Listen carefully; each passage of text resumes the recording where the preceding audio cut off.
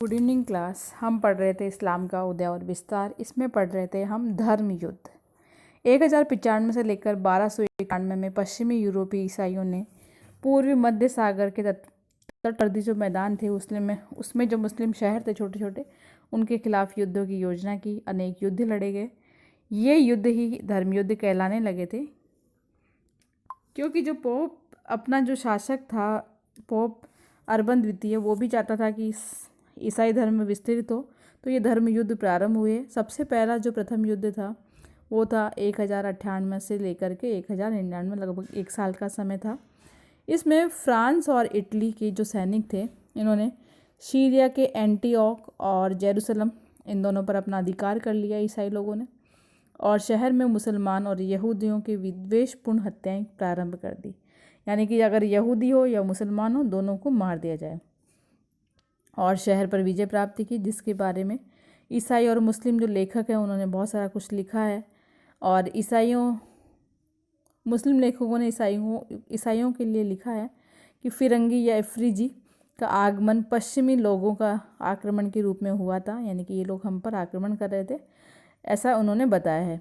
इन्होंने सीरिया फिलिस्तीन के जो क्षेत्र थे उनको जल्दी ही धर्म युद्ध के द्वारा जीत लिया और 4 राज्य स्थापित किए। ये जो 4 राज्य थे, इनका एक सामूहिक रूप आउट रैमर कहलाया, जिसे समुद्र पार ये भूमि भी कहा जाता है। यानी कि 4 राज्यों को जीता ईसाई लोगों ने और उस क्षेत्र को नाम दिया आउट रैमर।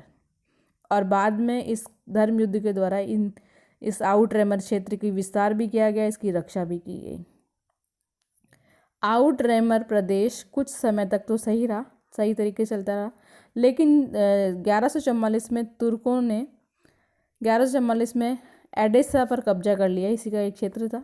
पोप ने दूसरे धर्म युद्ध की फिर घोषणा की, अपील की लोगों से। 1145 से 1149 में ये दूसरा धर्म युद्ध चला। एक जर्मन और एक फ्रांसीसी सेना ने दमिश्क पर कब्जा करने की प्रयास भी किया, लेकिन ये वापस हार करके आ गए, यानी कि ईसाइयों पर इनका कब्जा नहीं हुआ। इसके बाद आउट रैमर की शक्ति धीरे धीरे नष्ट होने लगी। ये जो 4 राज्य थे वो धीरे धीरे समाप्त होने लगे। धर्म युद्ध का जोश धीरे धीरे खत्म होने लगा। ईसाई शासकों ने विलासिता से जीना प्रारंभ कर दिया, क्योंकि अब वो युद्ध नहीं करना चाहते थे। नए नए इलाकों में अपनी लड़ाई तो शुरू कर दी, क्षेत्र छोटे छोटे जीत रहे थे, लेकिन धर्म युद्ध में नहीं थे। सलाह अल दीन यानी सलादीन एक मिस्री सीरियाई साम्राज्य स्थापित किया इसने, क्योंकि इसको भी मौका मिला कि अपने इस राज्य को बढ़ाए, और ईसाइयों के विरुद्ध धर्म युद्ध करने का इसने आह्वान किया सलादीन ने।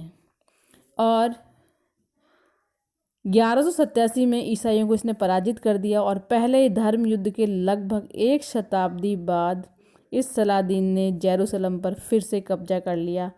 और अभिलेखों में हमें संकेत मिलता है कि ईसाई लोगों ने सलाह अल दीन का जो व्यवहार था ईसाई लोगों के साथ, वो अच्छा था, क्योंकि ईसाई लोगों का जो खुद का व्यवहार था वो ज़्यादा क्रूर था मुसलमानों और यहूदियों के लिए, जबकि ये जो सलाह अल दीन था वो खुद मुस्लिम था, लेकिन इसने ईसाइयों के साथ अच्छा व्यवहार किया। हालांकि इसने the Church of the Holy Sepulchre की अभिरक्षा का काम ईसाइयों को ही दिया कि आप भी इसकी रक्षा करें चर्च की, लेकिन बहुत से गिरजाघरों को मस्जिद में भी बदल दिया, और जेरूसलम में एक बार फिर से मुस्लिम शहर बनाने का इसने प्रयास किया। यानी कि ये चाहता था कि कुछ नहीं तो मेरा जो साम्राज्य है वो किसी भी तरीके से मुस्लिम हो, लेकिन इसने ईसाइयों के प्रति कोई गलत व्यवहार भी नहीं किया। अब इस शहर के छिन जाने से, यानी जेरूसलम का जो राज्य था वो जब सलादीन के पास चला गया, तो 1189 में तीसरा धर्म युद्ध को प्रोत्साहन मिला। ईसाई लोग चाहते थे कि वापस जो हमारा जो धार्मिक क्षेत्र है जेरूसलम, वो हमें मिल जाए, लेकिन धर्म युद्ध करने वाले फिलिस्तीन के कुछ तटवर्ती शहरों में ईसाई तीर्थ यात्रियों के लिए जेरूसलम में मुक्त रूप से प्रवेश के सिवा उनको कुछ प्राप्त नहीं हुआ। यानी ये इस धर्म युद्ध से सिर्फ इतना ही परिणाम निकला कि जो भी ईसाई लोग हैं वो जेरूसलम में आराम से आ सकते हैं और जा सकते हैं। एक धार्मिक जो स्थल है इनका, इतना ही हुआ। मिस्र के शासकों मामलुकों के अंततः 1291 में धर्म युद्ध करने वाले जो सभी जो ईसाई थे वे समूचे फिलिस्तीन से बाहर निकाल दिए गए। यानी मिस्र के शासकों ने प्रयास किया कि जितने भी ईसाई हैं इनको फिलिस्तीन से बाहर निकाल दिया जाए, तो उन्होंने वो प्रयास भी पूरा कर लिया। धीरे धीरे यूरोप में इस्लाम की सैनिक दिलचस्पी समाप्त हो गई। यानी कि जो यूरोप के शासक थे वो इस्लाम के लोगों को सेना में जो भर्ती कर रहे थे वो भी समाप्त हो गया और आंतरिक राजनीतिक सांस्कृतिक विकास को अपना केंद्र बनाकर इन्होंने अपने राज्यों में ध्यान देना प्रारंभ कर दिया। इन धर्म युद्धों ने ईसाई मुस्लिम संबंधों को दो पहलुओं से प्रभावित किया।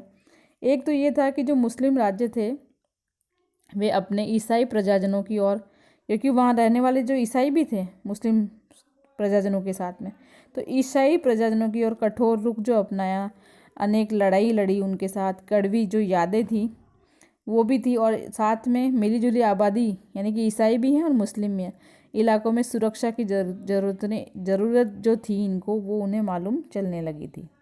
दूसरा परिणाम यह हुआ कि जो मुस्लिम सत्ता थी उसकी बहाली हो गई थी, यानी कि मुस्लिम सत्ता वापस सुदृढ़ होने लगी थी। उसके बाद पूर्व और पश्चिम के बीच व्यापार में इटली के जो व्यापारिक समुदाय थे, पीसा, जेनेवा, वेनिस, ये भी धीरे धीरे इन मुस्लिम शासकों के द्वारा धर्म युद्ध से प्रभावित हुए थे। यहाँ भी व्यापार बढ़ने भी लगा था और कहीं कहीं स्थिर भी होने लगा था।